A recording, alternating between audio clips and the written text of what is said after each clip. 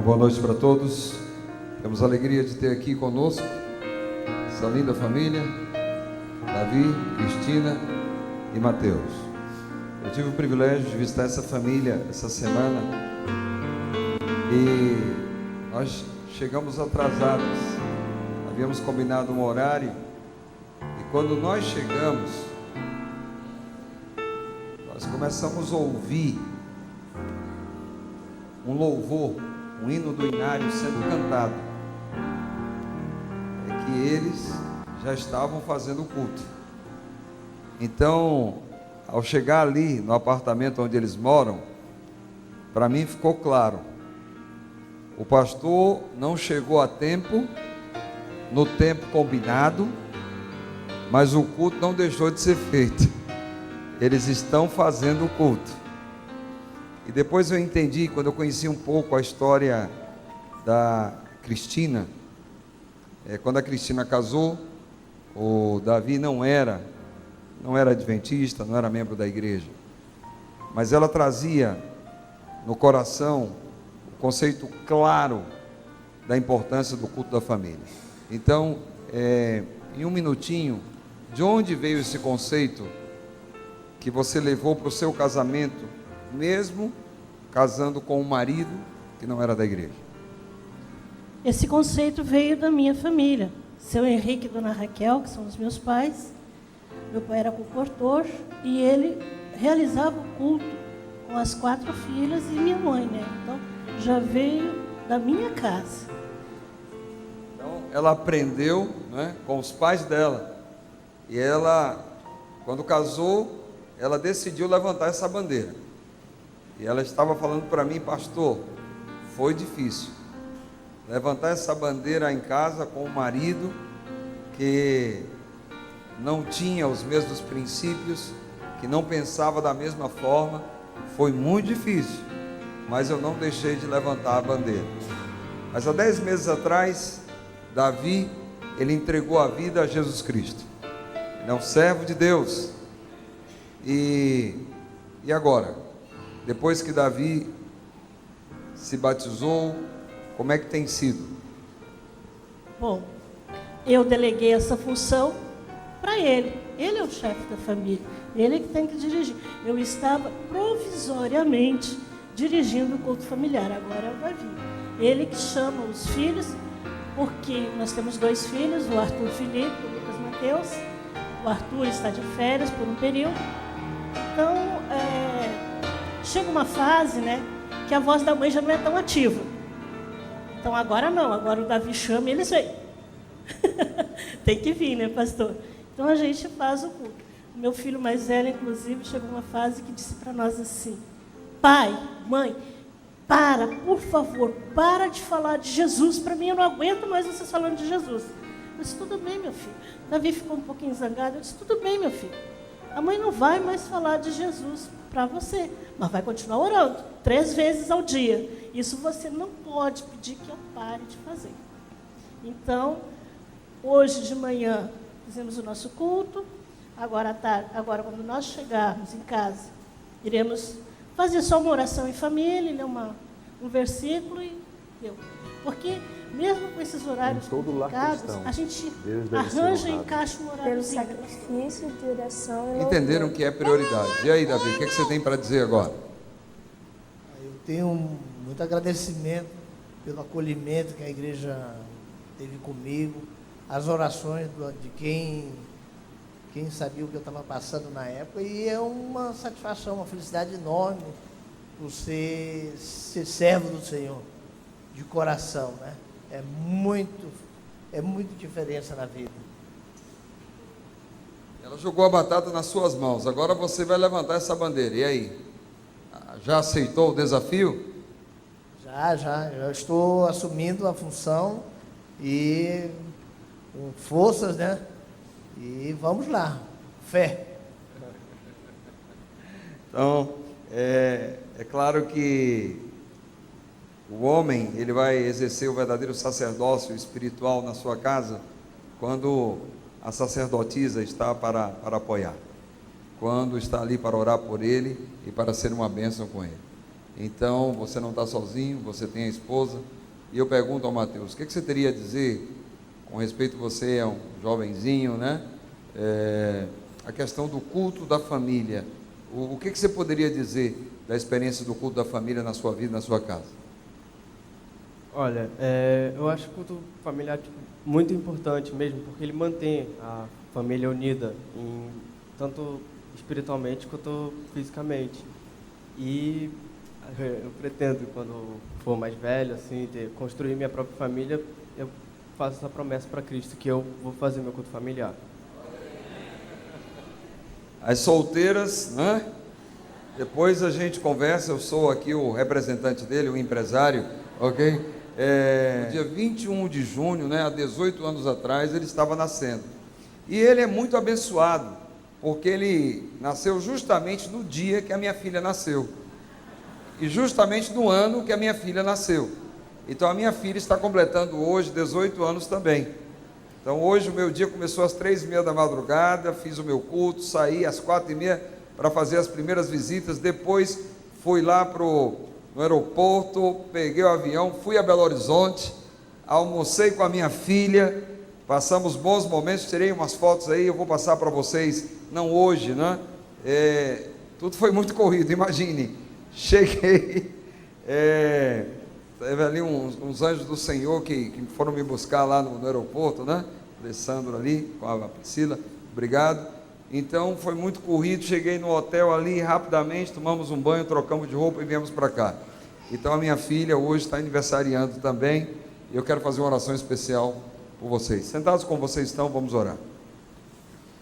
Senhor, aqui está uma família muito amada do céu, a família do céu ama Cristina, ama Davi, ama Mateus e Arthur, uma família que foi construída, eu não tenho nenhuma dúvida, no coração de Deus. Eles entenderam a importância do culto da família e eles têm levantado essa bandeira. Hoje o Arthur não está conosco, mas nós sabemos que ele, logo, ele voltará à família que ele faz parte. Ele é membro da igreja e o lugar dele é aqui. Então nós oramos por ele, onde ele estiver, que teu Espírito o alcance. Mas de maneira especial, Senhor, queremos festejar, nos alegrar com Mateus, com esta família, pelos 18 anos que ele completa hoje. Ele é um jovem que entendeu que sem Jesus Cristo não dá. Ele ama Jesus e tem compromisso com Jesus Cristo. E que esse compromisso permaneça, que ele se apaixone por Cristo cada vez mais, cada dia, e que ele seja sempre um jovem que vive para a glória de Deus. Que o Senhor honre nos sonhos mais profundos e acariciados do seu coração. Que os pais dele vejam nele a glória do Senhor. Essa família é do Senhor, a cobre com abundante graça e honra essa família nos sonhos que eles carregam. É o que nós te pedimos em nome de Jesus, amém. Deus abençoe vocês, tá? Boa noite aí, Davi, feliz aniversário, Deus te abençoe. Bom, nós estamos nessa semana especial de família e todos os dias eu tenho tido o privilégio de conhecer algumas famílias. Hoje nós saímos às 4h30, pode colocar a foto aí por gentileza? Nós saímos às 4h30 da madrugada para visitar a primeira família e estava chovendo. E quando chegamos lá no edifício, né? O Sérgio já estava lá embaixo esperando. É uma família maravilhosa, uma família muito carinhosa. Aqui está a Lúcia, a Geise, aqui está o Gabriel e o Daniel. Eu queria que ficassem em pé, por gentileza, eles estão sentados ali atrás. Pense numa família carinhosa. Eu fui para passar 20 minutos e acabamos passando 40. Quase perdi o avião. Mas se eu perdesse o avião, eu não ficaria com dor na consciência. Foram momentos muito bons, passamos na casa de vocês. Que Deus os abençoe, tá? Que Deus os abençoe. Muito obrigado por terem nos recebido, tá? Podem sentar. O Rogério, que nos acompanhou na visita, hoje nós estivemos começando realmente com essa família ali, tomaram decisões, né? O Sérgio, ele não é membro batizado aqui na igreja, mas sábado de manhã ele estava aqui na igreja, e aí ele ouviu o sermão e disse: eu vou ter que ser o sacerdote da minha casa. Então ele preencheu o papelzinho e pediu a nossa visita, né? E hoje ele disse: pastor, eu entendi a mensagem, eu vou levantar essa bandeira aqui, tá? E eu fiquei muito feliz com isso. Deus abençoe vocês. Bom, pode passar aí a próxima família, ok? Essa senhora simpática, vocês conhecem aí? A Marluce, conhece? Hein? Cadê ela? Cadê a Marluce? Fique em pé aí. E o Renan, né? Ok? Mãe e filho, tá? Passamos bons momentos lá com vocês, foi muito bom. Que Deus vos abençoe. Obrigado por terem nos recebido da maneira com que nos receberam, tá? Que Deus vos abençoe. Passamos bons momentos. Hoje, por causa da minha viagem, eu tive, só foi possível visitarmos 2 famílias. Amanhã estaremos visitando mais famílias. Vocês percebem que o altar está sendo restaurado, amém? Vocês lembram de sábado? Quem esteve aqui sábado de manhã? Olha aí, a grande maioria que está aqui. E o sábado, quando eu olhei para esse altar, o meu coração disse: misericórdia. Eu disse: o altar precisa ser restaurado, e o altar está sendo restaurado, para a honra e glória de Deus, amém? Muito bem, nós fizemos um desafio para amanhã termos um dia diferente. Eu agradeço as pessoas que jejuaram hoje, as pessoas que oraram por mim, oraram pelas famílias da igreja. Muito obrigado. Nós tivemos aí mais ou menos umas 10 pessoas jejuando e orando a cada hora. E nós fizemos um desafio para que amanhã seja um dia diferente, um dia de jejum coletivo. Jejum significa abstenção total ou parcial de alimentos. Todos podem jejuar, dentro da sua condição de saúde. Então o jejum pode ser uma refeição, podem ser 2, podem ser 3, pode ser uma substituição de alimento. Você pode jejuar comendo apenas fruta, é um jejum com frutas. Você pode jejuar tomando suco a cada 3 horas. Bom, existem diversas formas para jejuar, mas o objetivo principal do jejum é a comunhão, é a oração. Uma pessoa que passa o dia todo sem comer nada, mas nesse dia não dedica mais tempo para orar, não deve dizer que jejuou, vai dizer que passou fome. Então aquele que vai jejuar, ele tem que organizar a agenda para passar mais tempo com Deus. Nós deixamos algo bom, a comidinha que a gente gosta e tanto necessita, por algo melhor, estar numa comunhão mais íntima com Deus. E ontem eu estive lendo com vocês alguns textos do livro de Isaías, que fala sobre o verdadeiro jejum. O verdadeiro jejum, ele tem que gerar em nós os sentimentos que estão no coração de Deus. Quando nós jejuamos, nós entramos numa maior comunhão e intimidade com Deus, e o resultado disso é ficar mais parecido com Ele. E sabe quando é que nós mais parecemos com Deus? É quando nós amamos. Então lá no livro de Isaías, quando se fala sobre o jejum, lá o profeta do Senhor, ele fala que o verdadeiro jejum, ele tem que se manifestar em vestir o nu, em alimentar o faminto, em ajudar aquele que necessita e não pode retribuir essa ajuda. Isso é amor. Nós fizemos um desafio para que amanhã cada família possa trazer uma cesta básica. E aquela família que não tenha condições de trazer uma cesta básica, pode trazer a metade de uma cesta básica. E se alguma família não tem condições de trazer a metade da cesta básica, pode trazer a metade da metade. E se o negócio está preto, se a coisa está feia, e vocês, pastor, nem a metade da metade dá para trazer, traz 1 quilinho, traz 1 quilo de alimento. Mas nós vamos unir as nossas forças como igreja. Esse alimento não vai ser para mim, esse alimento não é para o pastor Rafael, esse alimento é para abençoar famílias da nossa comunidade que precisam. A Bíblia diz que é melhor dar do que receber. Você entende isso? Você entende isso? é melhor dar do que receber. Então, eu já estou me organizando para amanhã. Eu vou, em nome da minha família, vou trazer aqui a minha cesta básica, e se organize para que amanhã a gente tenha um dia diferente e uma experiência diferente com Deus. Quantos estão pensando na possibilidade de viver a experiência do jejum amanhã, de jejuar amanhã? Se organize, como eu disse, pode ser uma refeição, 2, e eu peço a vocês que nós oremos amanhã, de maneira muito especial, pela Santa Ceia, sexta-noite. Nós vamos ter uma Santa Ceia diferente. Quando vocês chegarem aqui sexta-noite, nós vamos ter uma mesa com kits montados. Amanhã eu vou mostrar para vocês já um kit montado. Então nesse kit tem a quantidade de pão, de vinho, vai ter uma garrafinha com suco de uva, né? Os cálices. Se a sua família tem 4 pessoas, você vai ter ali naquele kit. Está muito bonito, está sendo preparado com muito carinho, é algo que você vai guardar lá na sua casa, como uma lembrança desse momento que será muito especial. Nós estamos orando por essa Santa Ceia desde sábado, todos os dias. Eu estou pedindo às pessoas que estão jejuando, orem pela Santa Ceia. Então seria muita incoerência de minha parte não crer que essa Santa Ceia, ela vai fazer grande diferença na vida das famílias da nossa igreja, amém? Nós estamos construindo esse projeto com muita oração.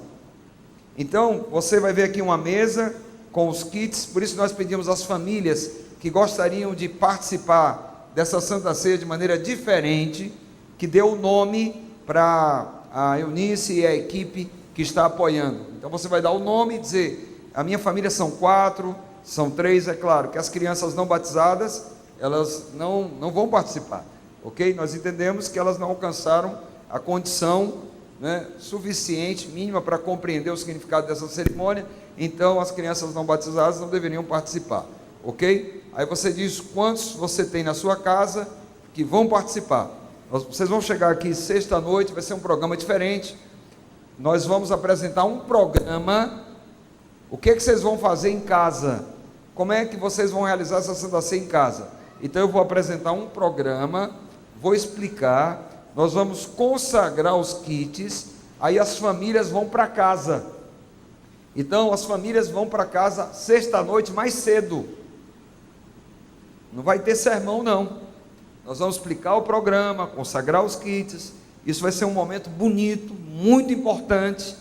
Liberamos as famílias, aí os solteiros ou alguém mais que deseja fazer aqui na igreja, então aí nós vamos ter uma Santa Ceia dentro dos parâmetros normais, para os que querem participar aqui na igreja, sexta-feira à noite, ok? Tá? Alguma dúvida que tiverem, aí depois do culto nós nos colocamos à disposição para que vocês possam nos consultar.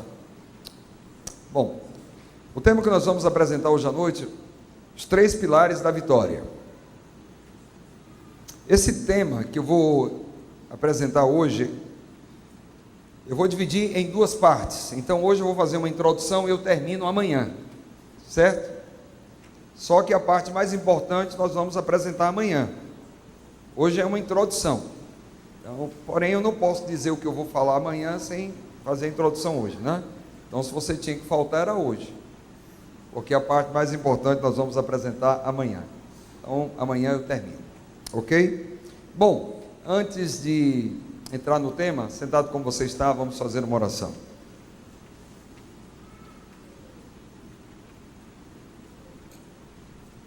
Grande Deus, nós te agradecemos por esta semana da família, pela disposição e as condições que o Senhor nos deu de virmos à tua casa, casa de oração para todos os povos.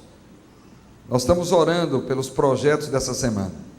Amanhã queremos ter uma experiência diferente com o Senhor. Estamos decidindo ter um jejum coletivo, cada um dentro de sua condição e de sua realidade. Nós pedimos que teu Espírito nos acompanhe nessa experiência. Nós queremos ver a tua glória. Nós necessitamos do Senhor. Nós queremos estar em maior comunhão e intimidade com o Senhor. Nós queremos ser semelhantes a ti. Senhor Deus, nós amanhã queremos unir nossas forças e, como família, queremos trazer aqui alimentos para abençoar pessoas que estão necessitando. O Senhor é o dono da prata e o dono do ouro. Que o Senhor nos envie os recursos e que o Senhor coloque em nosso coração a alegria de dar. Que possamos entender de fato o grande princípio bíblico, que é melhor dar do que receber. Oramos pela Santa Ceia na sexta-noite. Que o Senhor coloque uma unção especial sobre tudo que está sendo organizado, sobre o que está sendo preparado e sobretudo sobre a nossa vida. Nos prepara, Senhor, e que esta Santa Ceia, pela unção do Espírito Santo e a bênção do Senhor, possam marcar um antes e um depois na vida dessa igreja. Mas agora vamos estudar a Tua Palavra. Nós queremos ouvir a Tua voz. Que fale Deus e se cale o homem. É o nosso pedido em nome de Jesus. Amém. Os 3 pilares da vitória, nós vamos tirá-los da Bíblia. Só que antes de levantar os pilares, nós temos que apresentar o alicerce. Eu não posso levantar pilar sem ter o alicerce. O alicerce ou a base para estes pilares que nós estaremos trabalhando hoje e amanhã se encontra em 1 Coríntios capítulo 13. Eu não preciso falar muito sobre esse capítulo. Se você é um estudante da Bíblia, então você conhece esse capítulo. Este capítulo deveríamos lê-lo todos os dias, deveríamos pensar neles todos os dias e deveríamos orar pela mensagem que está ali a cada dia. Existem versículos aí tremendos. Todos os versículos que estão no capítulo 13 de 1 Coríntios são preciosos, poderosos e bênção para todos nós. Mas eu quero dar um destaque ao versículo 8. O versículo 8, em algumas traduções, em algumas versões diferentes, na Almeida, Revista e Corrigida, o amor nunca falha, mas havendo profecias serão aniquiladas, havendo línguas cessarão, havendo ciência desaparecerá. Na Nova Versão Internacional, ela diz: o amor nunca perece. Na King James atual, ela diz: o amor jamais morre. Na Almeida Revista e Atualizada, lá diz: o amor jamais acaba. Na minha Bíblia em espanhol, na Reina Valera de 1960, lá diz assim: el amor nunca deixa de ser. O amor nunca deixa de ser. Que definição interessante. Mas a ideia desse amor que nunca deixa de ser é o amor que nunca morre. Ele não morre. A ideia desse amor, no sentido original, é mais ou menos de um edifício que não pode ser destruído, não se destrói. É como se a Bíblia estivesse dizendo: o amor não se destrói, não pode ser destruído. E que amor é esse? É o amor que tem a sua origem em Deus, o amor construído em Deus. Ele nunca deixa de ser. Tudo sofre, tudo suporta. Este amor, ele é o alicerce, ele é a base para os pilares que nós vamos construir e apresentar entre hoje e amanhã. Quando nós estudamos as famílias da Bíblia, nós encontramos algumas coisas muito interessantes. Eu quero destacar 3 aspectos, e nós vamos estudar 3 famílias hoje e amanhã, e vocês vão perceber uma relação desses 3 aspectos nessas 3 famílias. O primeiro aspecto: todas as famílias da Bíblia passam por sofrimento. Todas passam por sofrimento. Em espanhol, existe um ditado: famílias de Disneylândia. Famílias de Disneylândia são famílias que estão sempre alegres, famílias que não têm problemas, famílias que não sofrem. Estas não são as famílias da Bíblia. Porque a Bíblia, quando apresenta famílias reais. E todas as famílias passam por sofrimento. Existem sofrimentos externos, situações que elas não têm condições de controlar. Uma doença, de repente, a própria fatalidade de uma tragédia que gera morte, uma seca que gera fome e tantas outras situações. Então existem sofrimentos externos, que não tem nada a ver muitas vezes com ações ou atitudes destas famílias. Não é porque fizeram algo errado que estão sofrendo. E existem sofrimentos internos, situações que na maioria das vezes é resultado de atitudes erradas, decisões erradas. Então aí vem o sofrimento. O segundo aspecto é nossa decisão, ou a reação dessas famílias diante do sofrimento. Então, quando você analisa a história das famílias da Bíblia, você descobre, todas sofrem. E diante do sofrimento, o que elas fazem? Como reagem? A reação está dentro da esfera do livre-arbítrio. O sofrimento vem, e como eu vou reagir? Isso não tem nada que ver necessariamente com Deus. Isso tem que ver com a escolha que as famílias fazem. Então, como elas vão reagir?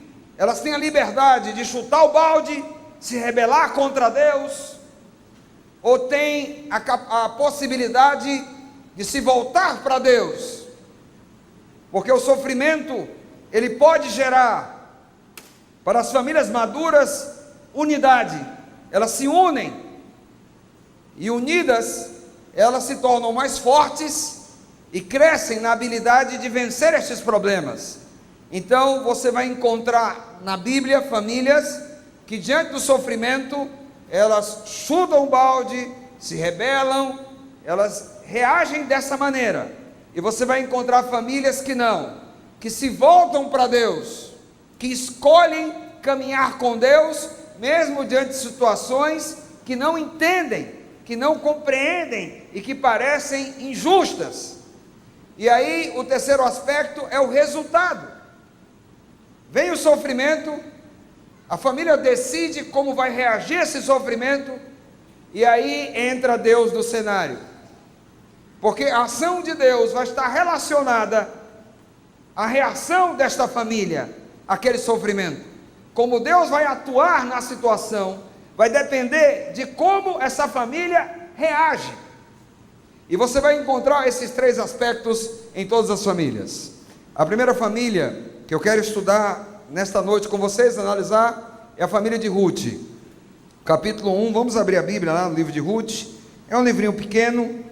Não vamos ler o capítulo, mas eu quero convidar você a abrir a Bíblia aí, e nós vamos conversar rapidamente um pouquinho sobre a história de Ruth. Você sabe que o livro de Ruth, ele começa falando de quem? Se você pudesse resumir os primeiros versículos do capítulo 1 do livro de Ruth, você resumiria certamente em uma palavra, a palavra sofrimento. Uma família que mora em Belém, e aí, por uma situação de seca, por uma situação de fome, essa família decide sair de Belém e ir para onde? Você conhece a história? Eles decidem ir para Moabe, a terra dos moabitas. Elimeleque, ele é o sacerdote, é o líder espiritual daquela família, ele é o cabeça da família. Então, para fugir da fome, eles vão para a terra dos moabitas. Eles escutaram que lá tem comida, lá tem pão. Essa não foi uma decisão sábia. Quando o líder toma uma decisão errada, o preço que se paga é grande. Então ele leva a sua família. E por que ele errou? Porque os moabitas eram inimigos do povo de Deus. Mas ele escutou que lá tinha comida. E ele imaginou que lá seria mais fácil. Então ele leva toda a sua família, a esposa e 2 filhos. Chegando lá, os 2 filhos se casam. Mas vocês conhecem a história. Elimeleque morreu. Depois os 2 filhos morreram. Então que situação? Saem da terra deles para buscar comida, pela questão da fome, lá na terra dos inimigos, numa situação de exílio. Não era uma situação boa. Então morre o esposo de Noemi, Elimeleque, os filhos, e as 3 mulheres ficam viúvas. A situação é de sofrimento, e o sofrimento é tão grande que Noemi em um momento diz: mudem meu nome, não me chamem de Noemi, mas me chamem de quê? De Mara. Estou amargada pelo sofrimento e pela dor que abateu a nossa vida. Então o sofrimento vem, e a questão é: como eu vou reagir a esse sofrimento? Então, diante do sofrimento, Noemi toma a decisão. Qual foi a decisão? Qual foi? Voltar para a terra natal, voltar para Belém. Então ela toma a decisão. Só que Orfa e Ruth decidem o quê? Decidem acompanhá-la. E por que decidem acompanhá-la? Porque primeiro, era uma sogra boa. Existem sogras boas, amém? Esse amém saiu com cara de misericórdia. Vocês não creem, não? Vocês estão muito incrédulos. A minha sogra, irmãos, é uma bênção. Ela lá no Ceará e eu em Belo Horizonte. Pense, 3.000 quilômetros de distância, é uma maravilha, né? Mas claro, tem uma briga aqui, porque as mulheres, né, ali, Orfa e Ruth, querem acompanhar a Noemi. Noemi disse: não me acompanhe, tem uma briga ali, eu não tenho mais filhos para dar para vocês, eu não vou ter mais filhos, então não é um bom negócio, vocês vão para a minha terra. O meu Deus é um Deus diferente do Deus que vocês aprenderam a servir, a adorar. Tudo lá é diferente, não é negócio. E aí tem uma briga, e Noemi busca convencê-las a não ir, e ela trabalha com argumentos tão fortes que Orfa acaba o quê? Desistindo. Mas Ruth, não.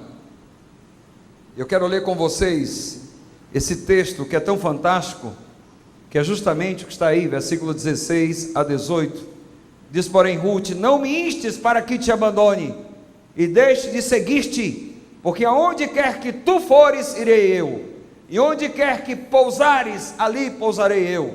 O teu povo é o meu povo, o teu Deus é o meu Deus. Onde quer que morreres, morrerei eu, e ali serei sepultada. Faça-me assim o Senhor, e outro tanto, se outra coisa que não seja a morte me separar de ti. Vendo Noemi que de todo estava resolvida a ir com ela, deixou de lhe falar. Que declaração! A influência de uma sogra, uma mulher que servia a Deus, que amava a Deus, a influência foi poderosa. Ruth recebe o Deus de Noemi, recebe com sinceridade.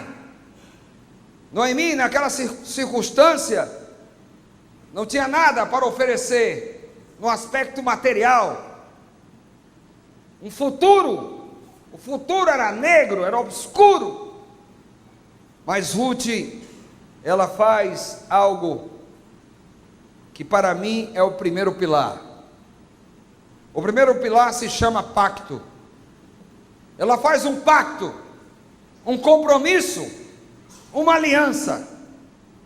E o pacto está aqui nos termos das palavras que nós acabamos de ler. Tudo isso aqui eu resumo nesta palavra, pacto. Esse é o primeiro pilar. Numa sociedade afetada e contaminada pelo pecado, o pacto é a única salvaguarda que mantém as relações humanas. Sem o pacto não existe compromisso, não existe segurança, não existe fidelidade. O primeiro pilar que vai sustentar uma família se chama pacto. É o pacto que mantém, repito, o ambiente de segurança, de confiança e o ambiente de fidelidade. Isso é muito importante. Alguns anos atrás, eu li o voto matrimonial de uma tribo pagã. Quando eu li esse voto, eu decidi que em todo o curso de noivo eu colocaria este voto. E se alguém me convidasse para fazer o casamento, se algum noivo me chamasse, pastor, faz o meu casamento, eu tomei a decisão, eu só faço depois que você decorar esse voto. Aí alguns, na hora que eu mostrei o voto, disseram, misericórdia, pastor. Vamos ver o voto. O voto é o seguinte, que o sangue escape de todas as vezes do meu corpo, que um raio me parta em dois, que os crocodilos me devorem, que eu seja condenado a transportar água numa peneira, através das chamas de um fogo, que eu me torne surdo, cego, mendigo, coberto de chagas, se um dia trair a minha esposa.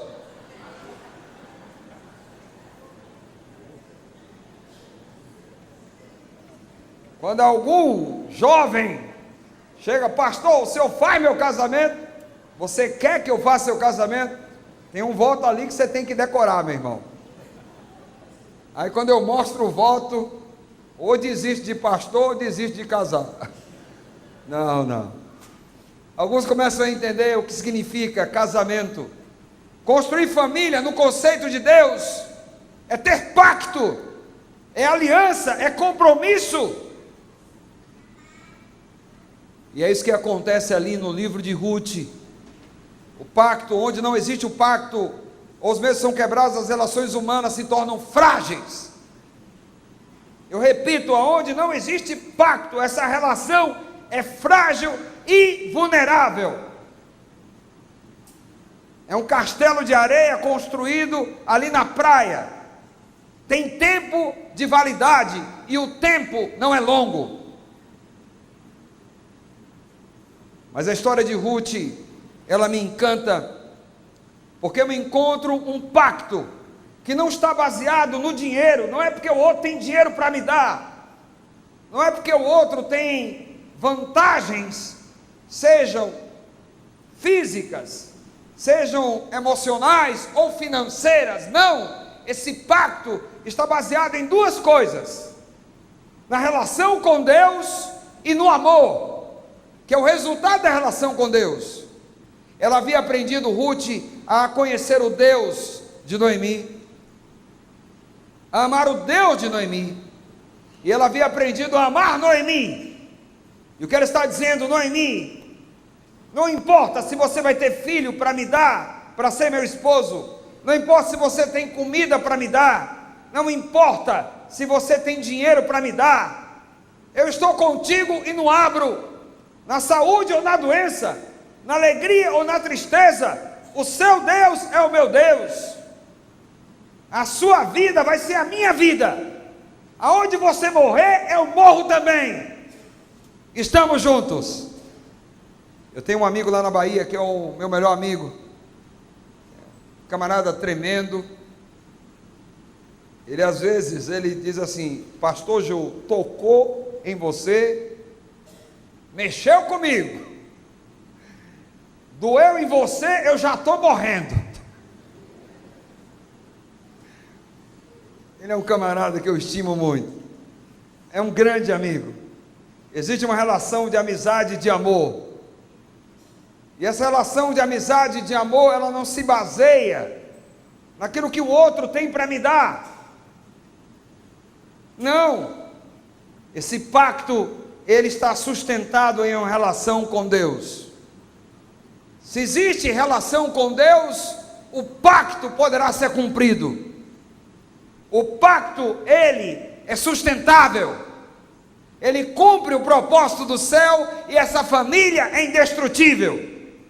Uma família que tem pacto, que está construída nos termos do pacto, essa família, ela é indestrutível. Amém?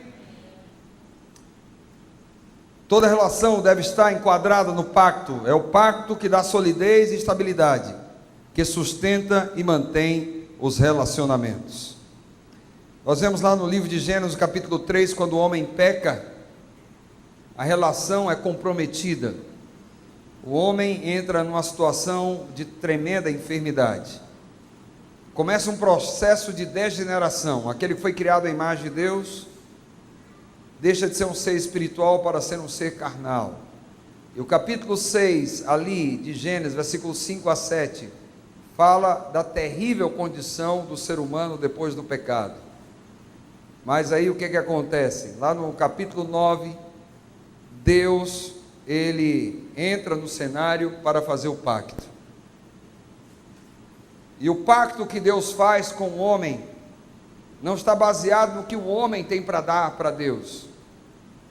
Não. É um ato de amor. No capítulo 9, Deus decide destruir a humanidade. O homem estava chegando a uma situação além da redenção, então Deus vai mandar o dilúvio. Mas Deus busca salvar.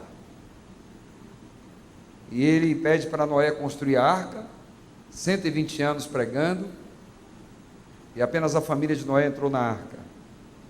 E Deus diz: a partir da tua família, que aceitou fazer um pacto comigo, eu vou recomeçar a humanidade. E Deus fez o pacto, ele coloca o arco-íris. É uma iniciativa de Deus, baseada em seu grande amor. A segunda história, eu quero falar sobre Ana. Vocês conhecem Ana? Ana, mãe do profeta Samuel. Vamos para 1 Samuel. 1 Samuel.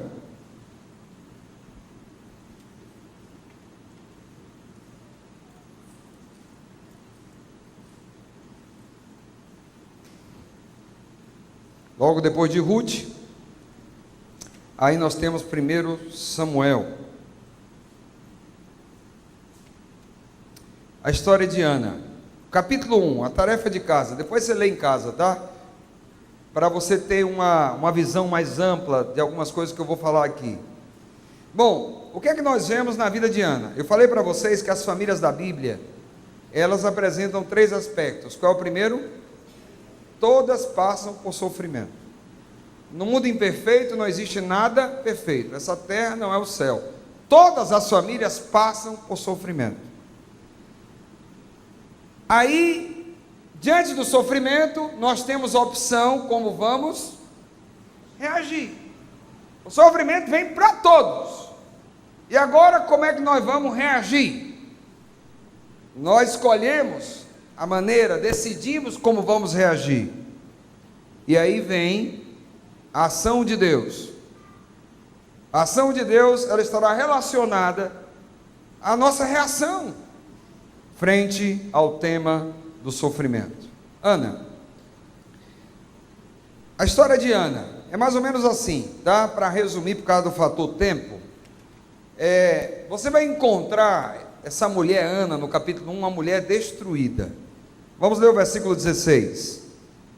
Capítulo 1, versículo 16. Diz o quê?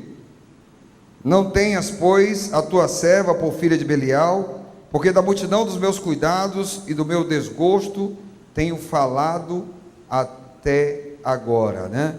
Da multidão dos meus cuidados, do meu desgosto. Quando você lê o capítulo 1, você vai descobrir que Ana, ela está com depressão. Você vai encontrar Ana deprimida aqui. Ela não quer comer, ela está chorando o tempo todo, tá? Então é uma situação de depressão. E por quê? A situação dela é mais ou menos assim. Ela tem alguns probleminhas. O primeiro problema dela, qual é? Infertilidade.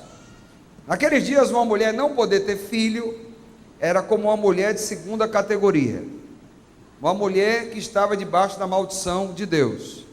Então ela tinha uma autoestima muito baixa.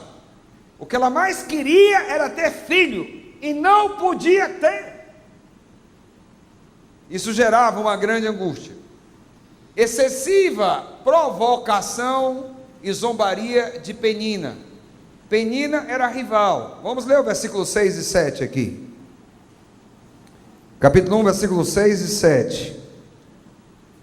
Diz assim: a sua rival excessivamente a provocava para a irritar. Aí diz que excessivamente a provocava. Aí não diz que a provocava como? Excessivamente. Para quê? Para irritar. Porque o Senhor lhe tinha cerrado o quê? Versículo 7, assim fazia ele, de ano em ano, sempre que Ana subia à casa do Senhor, e a outra o quê? A irritava, porque por isso chorava e não. Então, o marido tem uma outra mulher, aí, essa outra mulher, ela pode ter filhos, e ela dá filhos ao marido, e essa outra irrita, provoca, mais do que uma pedra no sapato, e ela está provocando o tempo todo. Ela odeia a Ana, e ela tem um conflito espiritual. Qual é o conflito espiritual? O conflito espiritual é que ela quer ter filho, ela ora a Deus, pede e não vem o filho. Aí isso gera o quê? Imagine você pede uma coisa a Deus que você acha que vai ser bênção para você, que os ímpios têm filhos. Por que eu sou tua serva, não posso ter? Então ela ora, aí Deus não responde. Então isso gera o quê? Conflito espiritual. Então o cenário é de quê? É de sofrimento. Aí qual é a reação de Ana? O que ela decide fazer? Qual é a reação dela? Ok? Primeiro eu quero analisar com vocês o que ela não faz, tá bom? O que ela não faz.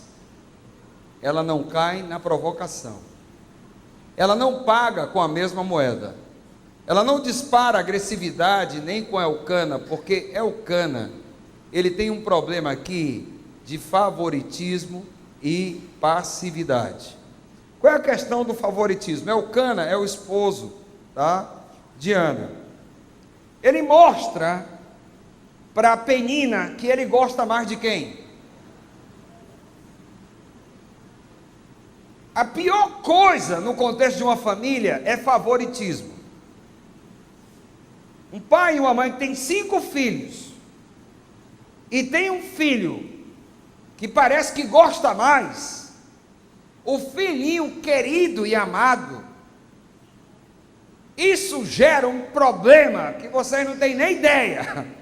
O favoritismo numa família é terrível, não pode acontecer, e é o que acontece aqui. Então, como ele mostra para a Penina que gosta mais de Ana, aí a Penina fica como? Ama a Ana, aí provoca, ah, tu nem pode ter filho, eu posso, e aí é uma confusão cada dia, porque convivem na mesma família, estão dentro da mesma casa. Então o que acontece? Elcana comete erros, e ele sabe do problema todo, e ele é passivo, então tem um marido aí, que erra no contexto, e aumenta só o sofrimento da Ana. E aí tem o efeito espelho. A questão do efeito espelho, o efeito espelho é assim, a psicologia ela diz assim: numa casa que o pai e a mãe são estressados, os filhos vão ser como? O cachorrinho e o gatinho vai ser como? Até o cachorrinho e o gatinho vai refletir a condição dessa família. É o que a psicologia chama de efeito espelho. Então, o natural aqui, o natural para Ana, deveria ser o quê? Atuar com Penina da mesma forma, pagar com a mesma, seria o natural. Mas Ana não faz assim, porque ela é cheia do Espírito de Deus. O efeito espelho não se consolida na vida dela. Ela tem tudo para tratar a outra da mesma maneira que a outra a trata, mas ela não faz isso. E a questão do ambiente tóxico, ela não se deixa contaminar. Existe um ambiente tóxico aqui, essa família, o ambiente é tóxico, mas Ana, ela não se deixa contaminar.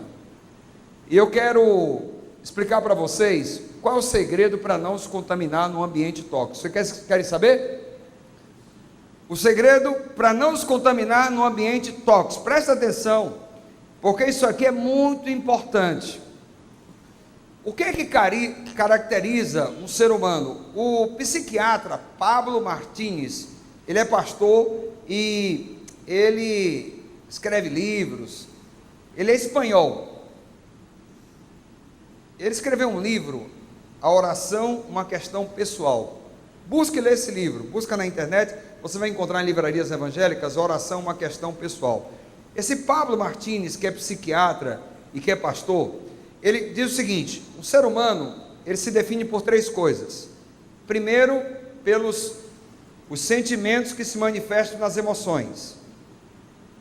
Segundo, vontade, que se manifesta nas decisões. E terceiro, pensamentos. Então, o que caracteriza o ser humano? Sentimentos, né? Emoções, capacidade de decidir, né? a vontade, em espanhol, vontade. Então, a vontade que se manifesta nas decisões e os pensamentos. Quando o homem peca, essas três áreas são impactadas e afetadas. As três áreas: as emoções, a vontade e os pensamentos. Só que a parte mais afetada com a entrada do pecado, sabe qual foi? As emoções. A parte mais afetada foi a parte das emoções. Como é que você trata uma pessoa com problema emocional? Tem psicólogo aqui? Tem ali, ó, psicólogo, tem psicólogo. Uma pessoa com problema emocional, fraca emocionalmente, como é que você trata? Você trata trabalhando as emoções? Você não trata uma pessoa com problema emocional trabalhando as emoções. Você trata trabalhando os pensamentos. Ok? Uma pessoa com problema emocional debilitada, fraca emocionalmente, você vai tratar, não trabalha as emoções, você vai trabalhar os... Por quê? Porque os pensamentos, eles geram o quê? Os pensamentos geram as emoções. Muito bem. Vamos abrir a Bíblia no livro de Efésios, capítulo 4, versículo 26 e 31. Efésios, capítulo 4, versículo, eu até coloquei ali, já está no slide, versículo 26. Eu considero esse texto aí como a lista das emoções tóxicas. No versículo 26, Paulo diz assim: irai-vos e não pequeis, e não se põe o sol sobre a vossa... Aqui no versículo 26, ele está dizendo o seguinte: todo mundo pode se irar, pode ter um momento de ira, isso não é o problema. Como Martinho Lutero diz assim: eu não posso impedir que os pássaros voem sobre a minha cabeça, mas eu posso impedir que eles façam sentimento de ira, de raiva, pode vir em algum momento e virá, e ele diz que isso não é pecado, irai-vos e não pequeis, não se põe o sol sobre a vossa ira. Aí depois, no versículo 31, ele vai apresentar a lista das emoções tóxicas. Ele começa falando a amargura, a ira, cólera, gritaria, blasfêmia, toda malícia, sejam tiradas dentre vós. Quando Paulo apresenta essa lista, ele vai apresentando do maior para o menor. Então a melhor forma de entender é vindo de trás para frente. Vocês vão compreender já já, porque eu vou explicar para vocês. Então ele vem falando do maior para o menor. E nós vamos analisar a partir daqui, malícia. O que é malícia? Malícia no sentido bíblico é pensar mal de uma pessoa. Quando você pensa mal, isso é malícia. O sentido bíblico é isso. Pensar mal de alguém é malícia.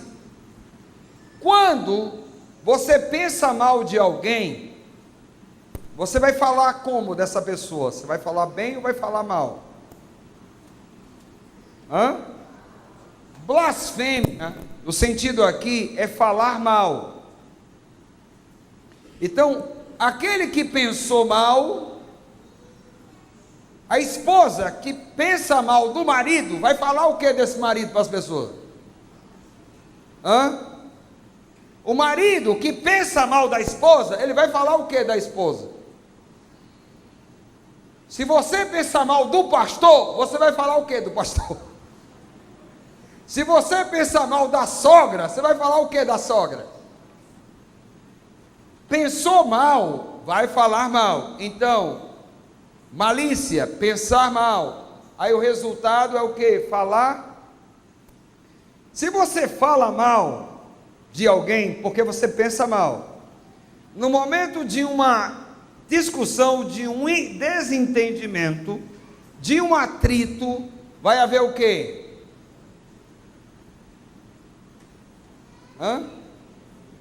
Se houver um atrito entre os dois, vai haver gritaria. Um vai começar a levantar a voz. É ou não é?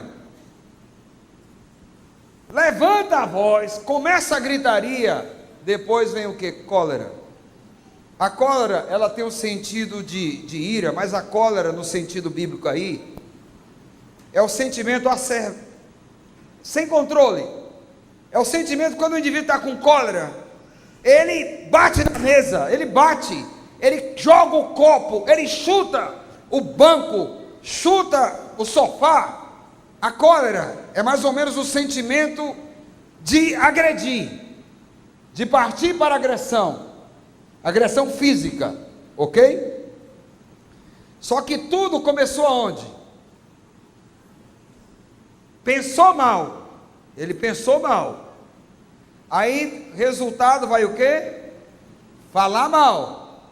No momento de desentendimento vai haver gritaria, e depois vai ter o quê? A cólera, no sentido bíblico aqui é isso, vai para a agressão mesmo, perdeu o controle. Aí a ira já está numa dimensão mais forte, é o sentimento de maltratar o outro, de querer o mal para o outro, mas de uma maneira mais permanente, porque a cólera, não é tão duradoura, ela é como um fogo que surge, ok? Agora, quando a ira ela é alimentada, aí o resultado vem a amargura. A amargura é a pior situação, é a ira que se estabeleceu no coração. A ira, ela passou a morar, então, quando a ira entra e se estabelece, aí gera amargura, aí apodreceu. É o sentimento podre no coração. Quando chega esse nível de amargura, aí a relação já não dá mais. Não tem condições. Só que tudo começa aonde? Pensou mal, vai desencadear uma série de coisas. Porque os nossos pensamentos geram as nossas emoções. Deu para entender? Está claro? Bom, então como é que a gente resolve isso? Filipenses capítulo 4, versículo 8, lá diz: finalmente, irmãos, tudo que é o quê? Tudo que é respeitável, tudo que é justo, tudo que é puro, tudo que é amável, tudo que é de boa fama, se alguma virtude há e se algum louvor existe, seja isso que ocupe o vosso. Bom, já vou terminar. Eu vou terminar apresentando um segredo para você. Se você entender o que eu vou dizer agora, se você pegar esse princípio aqui e aplicar na sua vida, você vai ser a pessoa mais saudável emocionalmente do planeta Terra. O segredo para uma terapia de cura plena, cura emocional. Qual é o princípio que todo psicólogo deveria usar para curar as pessoas? De acordo com a Bíblia, o princípio para curar todos os enfermos emocionalmente, de acordo com a Bíblia, o princípio bíblico, você quer saber? Princípio. Nós vamos abrir a Bíblia em Coríntios. 2 Coríntios capítulo 10, versículo 5. 2 Coríntios capítulo 10, versículo 5.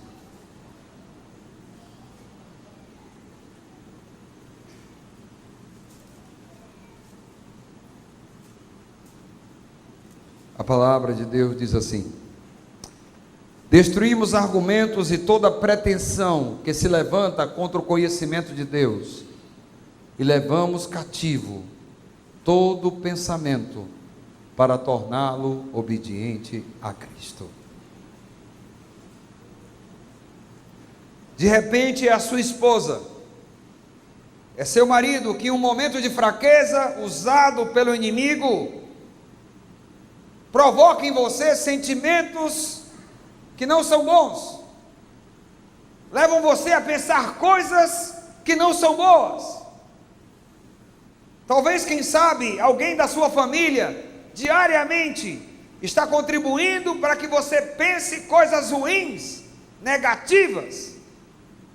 Isso você não pode impedir que ele lá cometa erros, faça coisas que não deveria fazer. Nós não temos controle sobre isso. Então vem a ação que vai gerar uma reação. Ele está contribuindo para que você pense coisas más, para que a malícia habite no seu coração. Eu conheço esposos que contribuem para que as suas esposas tenham malícia no coração. Eu conheço esposas que contribuem para que o marido tenha malícia no coração, para que pense mal. Lembra o pensamento de Martinho Lutero: eu não posso impedir que os pássaros voem sobre a minha cabeça, mas eu posso impedir que faça. Quando vier o pensamento negativo, o que é que eu faço? Eu elevo o meu pensamento a quem? A Jesus Cristo. Jesus Cristo, colocar minha mente na atmosfera do céu. Era assim que Enoque andava com Deus. Nós estamos na presença de Deus, como? É com o nosso pensamento. Uma pessoa pode estar aqui na igreja e não estar na presença de Deus. É com a mente que você adora a Deus. Por isso que o diabo, ele está de olho na sua mente e na minha mente. Então nós temos que educar nossa mente a estar na presença de Deus, amém? Todo pensamento cativo a Jesus Cristo. Todo pensamento cativo a Jesus Cristo. Todo pensamento cativo a Jesus Cristo. Os pensamentos geram emoções. Se você coloca a sua mente na atmosfera do céu, no seu coração vai habitar emoções de paz, de alegria, de paciência, de benignidade, de bondade, e as pessoas vão dizer que você andou na presença de Deus. O conselho terapêutico, o princípio para toda a psicologia: levar nosso pensamento cativo a Jesus Cristo. Nesta noite, você gostaria de se apresentar diante de Deus e dizer: ó Senhor, eu quero aprender a viver esta experiência. Eu quero aprender a colocar meu pensamento na presença de Deus permanentemente. Eu quero fazer de todos os meus pensamentos, pensamentos cativos de Jesus Cristo. Tudo que eu pense, tudo que eu faça, tudo que eu fale, que seja para a glória de Deus. Você gostaria de fazer essa oração comigo? Então fique em pé e nós vamos falar com Deus.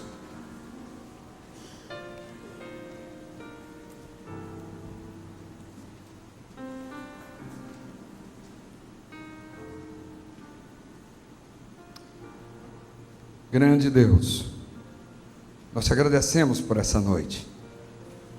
Nós sabemos que no mundo imperfeito não existe nada perfeito. Nós estamos estudando histórias de famílias da Bíblia. E vemos que as famílias da Bíblia, todas passaram por sofrimento. Todas tiveram lutas e dificuldades. E tiveram a opção de escolher como reagir frente aos sofrimentos. Eu quero te louvar, Senhor Deus, pela Ruth, a história de Ruth. Ruth escolheu submeter-se a Deus, ser serva de Deus, viver para a glória de Deus. E o Senhor honrou a Ruth grandiosamente. Senhor, obrigado pelo livro de Ruth que está aí na Bíblia. Nós vimos a história de Ana. Ana foi provocada. Ana sofreu. Estava dentro de um ambiente tóxico. O ambiente de sua família não era um ambiente bom. Mas Ana decidiu colocar sua mente na atmosfera do céu. Senhor, nós queremos aprender a colocar nossa mente na presença do Senhor, a fazer de nossos pensamentos cativos de Jesus Cristo. Queremos dessa forma andar contigo como Enoque andou. Senhor, nos ajuda nisso e cumpre os teus propósitos em nossa vida. É o nosso pedido, em nome de Jesus. Amém. Uma boa noite.